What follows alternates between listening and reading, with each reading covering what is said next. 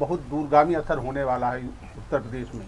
जी। पहली बात तो ये हुआ है कि जो बीजेपी डूबती दिख रही थी, विशेष रूप से दिल्ली और बिहार के बाद, जी। उसके कार्यकर्ताओं में एक उत्साह आया है। उन्हें लगता है कि वो कुछ कर सकते हैं। और उत्तर प्रदेश के जो आज के दो उपचुनाव हैं, विशेष रूप से जिसको समाजवादी पार्टी ने जीता है, वो भी बहुत असर डालेगा। जी। एक तो समाजवादी पार्टी का मॉरल बहुत ऊपर जाएगा, और दूसरी बात यह है कि जो बीजेपी है उसको लग रहा है कि हम सीधी टक्कर ले सकते हैं। सपा को यह कहने का मौका मिलेगा कि मैं बीजेपी को रोक सकता हूं। तो ये जो लड़ाई है कि कौन बीजेपी को रोकेगा, एक तो ये लड़ाई चलेगी। दूसरे, बीजेपी ये बार बार याद दिलाना चाहेगी उसे कोई नहीं रोक सकता। उसे जहां भी गठबंधन हुए, अब आप देखिए असम में जब इन्होंने चेहरा घोषित किया, ये चुनाव जीत गए। तो इस बात को कार्यकर्ता भी याद दिलाएंगे अब कि आप यहां भी कोई चेहरा घोषित करिए। लेकिन दूसरी बात, जो बीजेपी को कार्यकर्ताओं को लग रहा है कि उत्तर प्रदेश की लड़ाई जो है वो जीत सकते हैं, लेकिन इसके लिए मेहनत करनी पड़ेगी।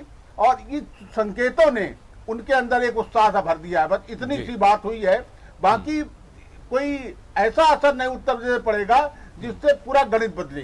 ठीक है, लेकिन ब्रजेश जी, जो असम में जो बीजेपी की जो बढ़त हुई है, उस बढ़त का कारण क्या समझा जाए? उसको बीजेपी की कोशिशों का नतीजा माना जाए, या फिर जो मौजूदा सरकार से असंतुष्टि लोगों के मन में लगातार बढ़ती जा रही थी, उस असंतुष्टि का नतीजा वो रहा?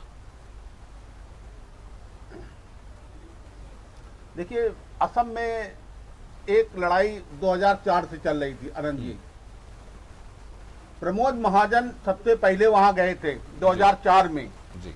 और उसके बाद से लगातार संघ वहां काम कर रहा था, जमीनी स्तर पर काम हो रहा था। अब आप देखिए, लगातार वोट बढ़ता चला जा रहा था। ये बात मानने योग्य है कि 15 साल की जो सत्ता होती है, स्वाभाविक रूप से वो निराशा पैदा करती है लोगों के अंदर, और सत्ता के प्रति रुझान होता है। लेकिन 90 सीटें पाना कोई आसान काम नहीं है। इसके लिए रणनीति बनानी पड़ती है। और जो भूल बीजेपी उत्तर प्रदेश में कर रही है, वो भूल उसने असम में नहीं किया है। सर्बानंद सोनोवाल को उसने मुख्यमंत्री घोषित किया। वो आदिवासी हैं, जाने माने चेहरा हैं, लोगों को भी काम करते हैं।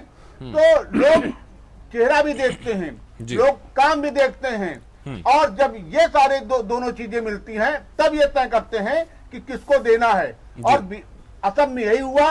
असम में एक तरफा बिल्कुल एकदम स्वीप कर दिया बीजेपी ने। ये सारे समीकरण थे, संघ का काम, बीजेपी का काम, चेहरा और रणनीति, ये सारी चीजें जब एक साथ मिली, तब इनको सफलता मिली।